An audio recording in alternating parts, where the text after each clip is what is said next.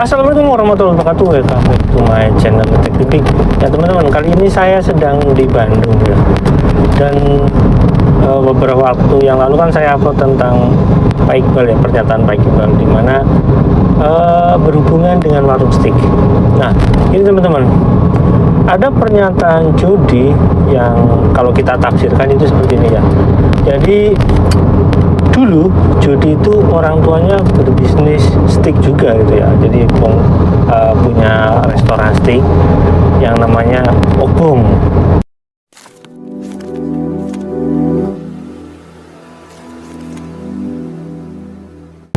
Makanya ada buku yang Mansur Obong itu karangan Pak Hari kalau nggak salah ya, atau Pak Heri lah. Pokoknya intinya Obong ini kan kalau jadi cerita tentang warung steak dia seolah-olah kayak orang miskin atau orang yang sederhana jual motor untuk membuka warung steak ya teman-teman.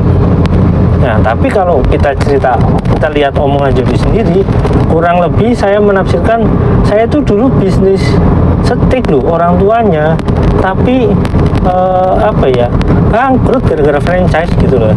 Nah, teman-teman, kali ini saya akan melihat sisa-sisa keruntuhan The Obong ya. Setelah 400 meter, ambil jalan keluar menuju Jalan Cikapayang. Jadi sisa-sisa keruntuhan The Obong itu, dan itu sudah ada kaitannya dengan Yusuf Mansur. Kenapa? Karena ini menurut saya di tahun-tahun yang Yusuf Mansur sudah masuk ya. Nah, teman-teman, nanti kita akan lihat ya, dan akan membandingkan cerita judi ini dengan cerita, ambil jalan keluar menuju Jalan Cikapayang. membandingkan cerita judi dengan cerita Pak Iqbal itu sendiri ya. Kenapa? Karena memang sebenarnya ada kesesuaian antara cerita judi dengan Pak Iqbal ya. Kenapa? Karena cerita judi dengan Pak Iqbal ini menandakan bahwasanya Pak Iqbal ini mengetahui judi itu siapa, dan Jody sendiri mengisyaratkan memang dia itu sebagai dulunya itu anak orang yang punya bisnis restoran, dan itu Jody mengungkapkan seperti itu. Nah, jadi pernyataan Jody mengatakan bahwasanya dia jualan mobil untuk bisnis membuka warung steak itu kemungkinan ya teman-teman, kemungkinan ini Jody pada saat itu mengalami dilema kayak semacam perusahaannya mau bangkrut orang tuanya, jadi dia butuh modal dari orang yang dia bisa ngasih modal tentunya gitu ya teman-teman. Nah, tapi teman, karena kita sudah di Bandung, kita melihat ya sisa-sisa keruntuhan The Obong itu yang akhirnya membuat Jody menarik Yusuf Mansur gitu untuk investasi di sana. Ini pikiran saya aja ya, jadi kita cuma berpendapat karena faktanya adalah Yusuf Mansur gabung dengan Jody gitu ya teman-teman. Nah, teman-teman, nanti kita lihat di kamera depan ya. Oke teman-teman, saya ini di daerah di bawah jembatan layang Pasopati ya, dan sebentar lagi karena ini Bandung ini cukup macet ya teman-teman, jadi kurang lebih sekitar 9 menit nyampe lah. Kalau naik motor mungkin ya 2 menit sudah sampai sih. Nah teman-teman, nanti mungkin ada video yang saya skip karena ada suara-suara yang masuk kayak pengamen kayak gitu atau apa ya, jadi mohon maaf kalau ada yang saya skip. Nah, lokasinya memang sebenarnya cukup strategis ya teman-teman kalau kita nanti lihat di mapnya ya. Tapi nanti saya akan perbandingkan dengan sesudah runtuh itu bagaimana dan ada apa di sana ya teman-teman. Dan saya akan memperbandingkan situasi yang dulu itu di tahun berapa sih The Obong itu masih ada gitu ya teman-teman. Nah, karena Yusuf Mansur itu kan kurang lebih ya, menurut Yusuf Mansur sendiri ya, masuk ke warung steak itu di tahun 2010. Nah, di tahun 2010 itu kan Jody itu katanya lah sudah berbisnis warung steak ya teman-teman. Jadi kita akan melihat ini di tahun berapa, dan apa ya, kaitannya dengan The Obong dan Yusuf Mansur ini semacam apa? Kenapa tercipta sebuah buku Yusuf Mansur Obong? Nah, pasti kemungkinan inspirasinya dari sini. Dan nanti saya akan coba hubungi pembuat bukunya untuk bertanya kepada beliau mengapa membuat buku judulnya The Obong yang berkaitan Yusuf Mansur Obong ya. Mengapa membuat buku Yusuf Mansur Obong yang kemungkinan berkaitan dengan restoran Obong, teman-teman. Nah, kita ini masih di bawah jembatan layang ya. Seharusnya tadi saya nggak belok sih sebenarnya. Cuma teman-teman perlu ketahui, Bandung ini adalah kota kuliner ya, yang dimana sebenarnya kalau strateginya bagus dan lokasinya bagus ya, strategi marketingnya handal, itu jarang sekali collab ya. Kenapa? Karena masyarakatnya cukup padat dan teman-teman bisa lihat sendiri nanti di sini ya. Tadi kan saya keluar dari Pasteur itu macet sekali ya teman-teman. Dan ini lihat teman-teman bisa lihat ya, di samping kanan kiri sebenarnya penuh sekali kendaraan. Dan ya, orang Bandung itu suka makan, teman-teman. Orang Bandung suka makan dan mereka itu suka mencoba ya semua hal yang berkaitan dengan kuliner. Jadi kalau sampai bangkrut ya kayaknya agak aneh gitu. Apakah memang gara-gara franchise ataukah memang mereka nggak mampu mengelolanya gitu ya. Nah teman-teman, saya di daerah ya ini kurang lebih dekat dengan ini ya, Gedung Sate ya. Di sana ada Telkom, teman-teman kalau yang mau sekolah di Telkom. Di sini ada Telkom Indonesia dan di sini kantor Telkom ya yang ada di Bandung. Kalau ST Telkom ada juga di Bandung ya teman-teman. Nah, sekarang jadi Universitas Telkom. Jadi salah satu kampus bergengsi di Bandung ya Universitas Telkom, teman-teman. Nah, nanti saya di depan belok ya. Ini saya sesuai dengan map. Mapnya juga berisik sekali ya teman-teman.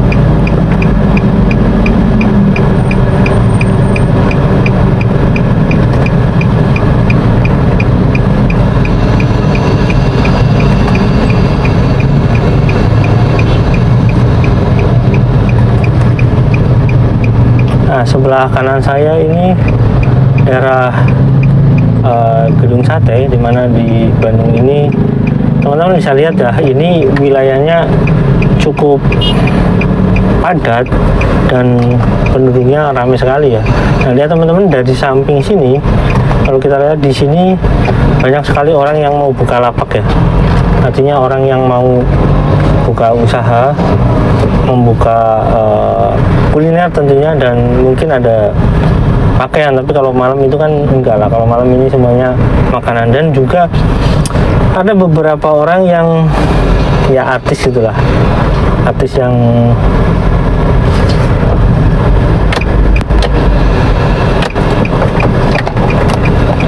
yang suka buka kuliner di sini, artis Bandung ya. Saya tahu karena memang ya ada di Instagram ya, mereka buka lesehan di sini.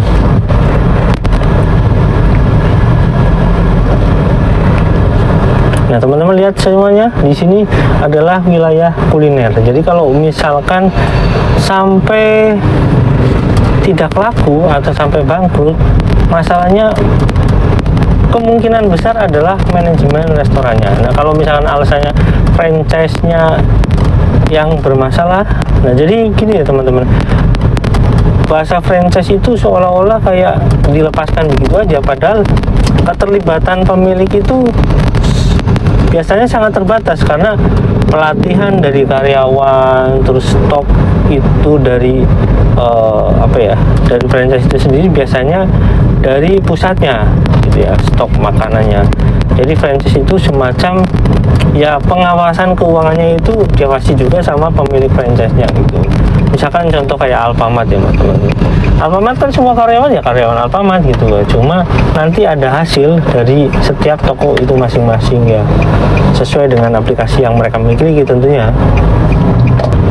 Teman-teman, saya ini sudah mau sampai ya ke rungkatnya The Obong Steak yang berkaitan dengan, menurut saya, dengan cerita dari buku Yusuf Mansur Obong ya teman-teman. Di sini ada lokasi yang dulunya The Obong Steak berubah menjadi satu usaha baru ya teman-teman. Dan ya di tahun ini juga Yusuf Mansur itu sudah bergabung menjadi bagian dari Steak ya gitu ya. Nah teman-teman, kita coba parkir ya di sebelahnya ya.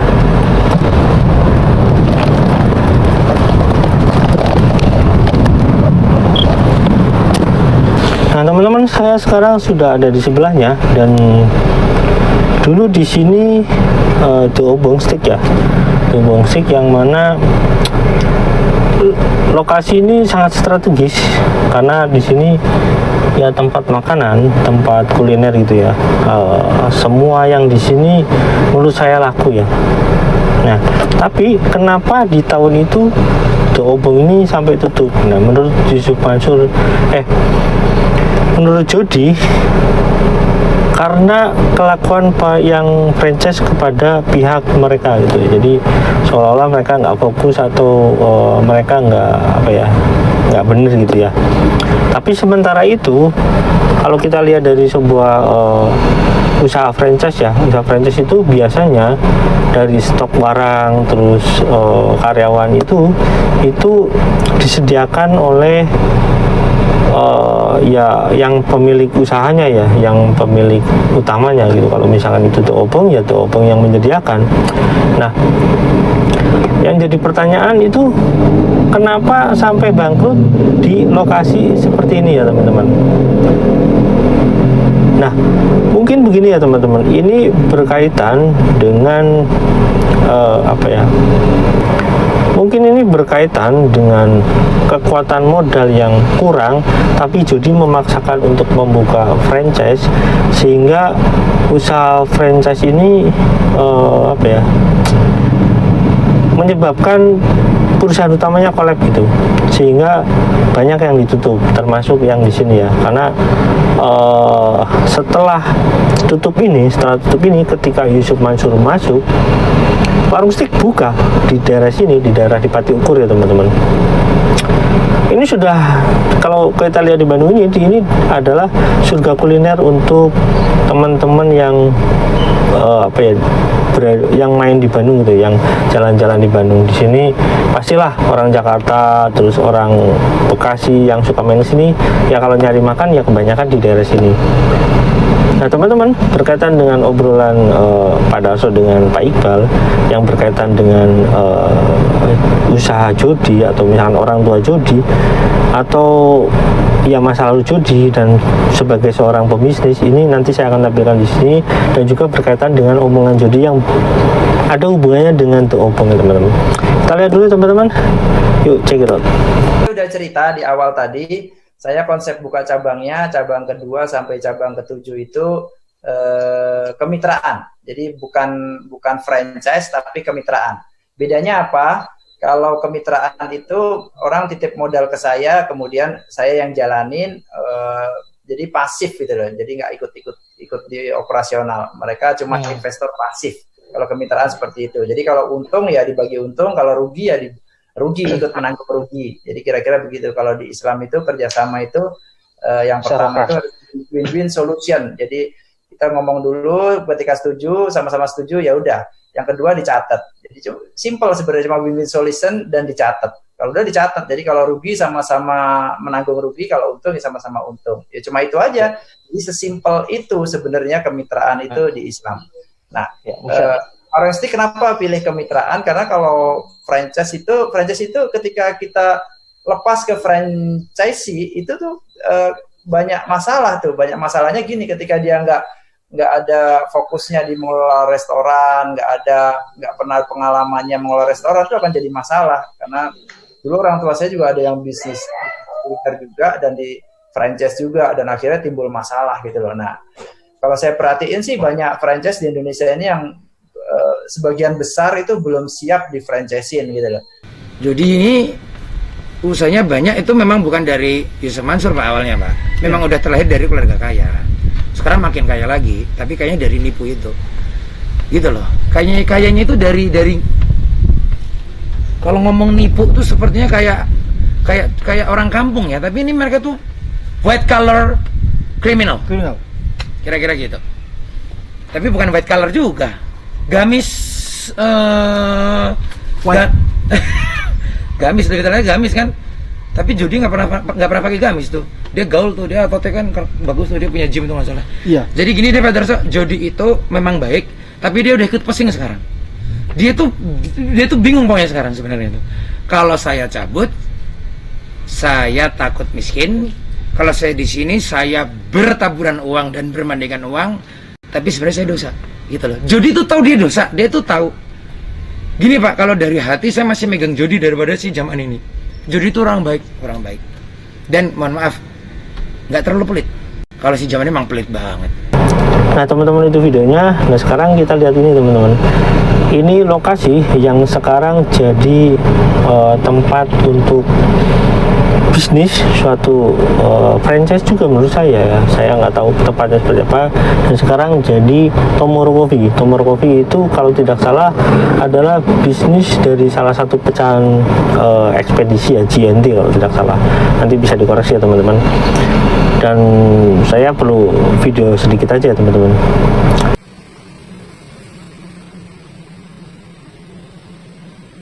Nah, kurang lebih seperti itu ya teman-teman. Nanti kalau misalkan kita akan mencari sebenarnya kaitannya apa sih buku Yusuf Mansur Doobong dengan bisnis Doobong Stick ini gitu ya teman. Saya akan tanya kepada Pak Heri atau yang bersangkutan ya gitu, atau redaksinya yang bersangkutan, kenapa muncul buku itu, apakah ini berkaitan dengan Doobong Stick atau bagaimana, sehingga saya bisa mengambil cerita.